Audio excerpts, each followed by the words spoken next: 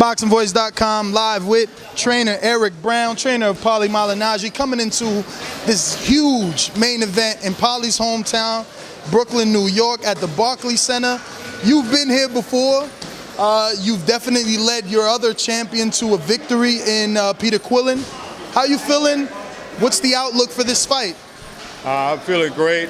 We've had a great camp. Paulie's in great shape, putting in the work. We got a great game plan, and I expect us to have a very good night on Saturday night. Now, we've all been here before with Paulie. Anyone who's been following boxing knows that Paulie is definitely a little vocal, and he knows how to build the fight. But this time it seems different. He seems more confident than ever, or than usual rather, because confidence he doesn't lack. Right. Well, he should be confident. I mean, Paulie's a great fighter. He's proven himself time and time again over the years. He's fought the greatest fighters in the business of his era. And he's got nothing to not be confident about. I mean, he's going to be able. He's been where Adrian Broner's never been. He's fought the kind of fighters Adrian Broner's never seen or faced. Adrian Broner's never fought or faced anybody like Paulie. So he can say what he wants, but when that bell rings, the truth comes out.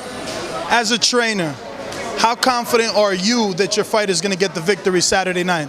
I'm very confident. Only way we cannot get it is if they rob him.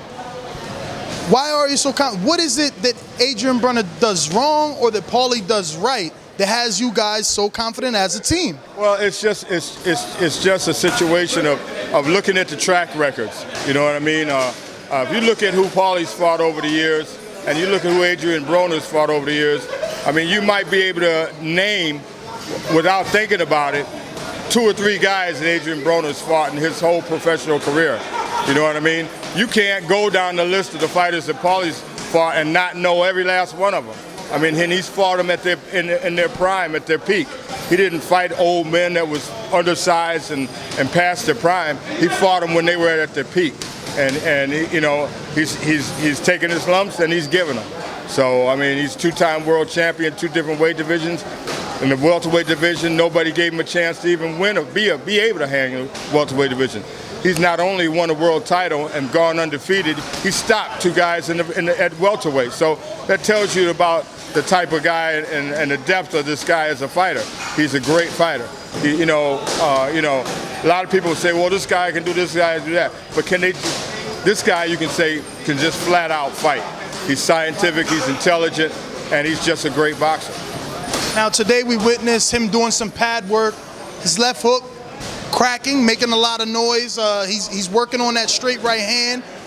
Is he going to be using that more? Because a lot of times we see Paulie, he's labeled as a one-handed fighter. He definitely does a lot of work with the jab, but whenever he can slip in the right, he does it. Is that something you guys worked on? Just because Adrian Broner's stance is so wide, they consider him flat-footed, but he's a wide stance fighter. No, we work out on everything. We work on for every analogy. Whatever Adrian Broner brings to the table, we've worked on those possibilities, how he's going to address it. He's going to have to dig inside of himself and try to come up with ways of trying to get to Paulie. Again, Paulie's got a lot of weapons, okay? Paulie uses his weapons as he needs to. It's like a mechanic going in his toolbox. He doesn't just go in there and grab a handful of tools and run to the job. He goes and he grabs the tools that he needs and he uses them. Was there a strength and conditioning coach brought in for this fight? I brought Vincent Callaway in because he's just a good strength conditioning coach. He's a good motivator. He helps Paulie out with his relaxation, his stretching, and his speed. And he's been very instrumental in this camp. Any extra work done to the legs for better movement or longer movement? No, just what fighters do. You know what I mean? Paulie's an old school fighter. And if you look at his style, you look at the longevity of his career, you'll understand that. He's an old school fighter, and he trains like an old school fighter. He knows what to do, and Vincent helps him, to achieve those goals that he wants. You weren't with Paulie when he fought Amir Khan, were you? No. Looking back at that Amir Khan fight, aside from him not being able to make weight, Paulie that is, what do you think were some of the things that he did wrong? Well, I can't. I hate to criticize other trainers and what they do, but it seemed that he wasn't fighting his style of fight. He wasn't. You know, you have to let a fighter be a fighter. You got to let him be who he is. Everybody's unique in their own way. You can't train a fighter to be like somebody else because it's not him. You might be able to get him to do certain things in the gym when you're standing 2 feet away from him, screaming instructions at him. But when the heat's on, they're getting under the lights in the real stage, they're going to do what they do. And if you take them too far out of their element, then you can't expect them to be able to perform at their peak because they're not being themselves. They're trying to be somebody that they're not. And I think, unfortunately, that's what was going on with Paulie at that time. When we got together, our first goal was to not reinvent the wheel, but to just enhance everything that he does, you know, and bring the things that made him a great fighter to begin with to the surface again and let him shine like that, because that's who he is.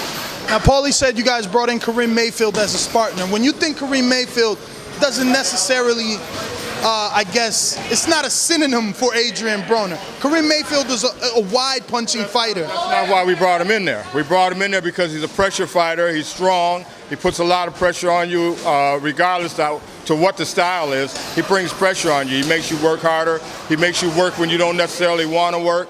And you had to work your way through that. So he's unorthodox. So he brings a lot of tangibles to the game. Is the reason that you use the 140-pounder in Mayfield because Adrian is moving up in weight, and he'll be 147 fight night, but he'll be a small 147? Well, no, not necessarily, because we also had Keandre Gibson, who's a big 147-pound fighter, and we had Stevie Forbes, who also is a great boxer for technical purposes, and you know, and amongst all them and the other guys we had, you know, we had great work, a great variety of work, so that, you know, we're preparing for whatever comes, whatever Adrian brings to the table, we're already prepared for it. Scale of 1 to 10 in terms of conditioning and being ready for this fight. What number do you give your fighter? I give him a 10. Because he's done his thing and he's mentally, and remember something, as good as you are physically, 75% or more of this game is mental. And mentally, he's solid. All right, well, Eric Brown, thank you very much, and we wish you the best of luck June 22nd. Thank you very much.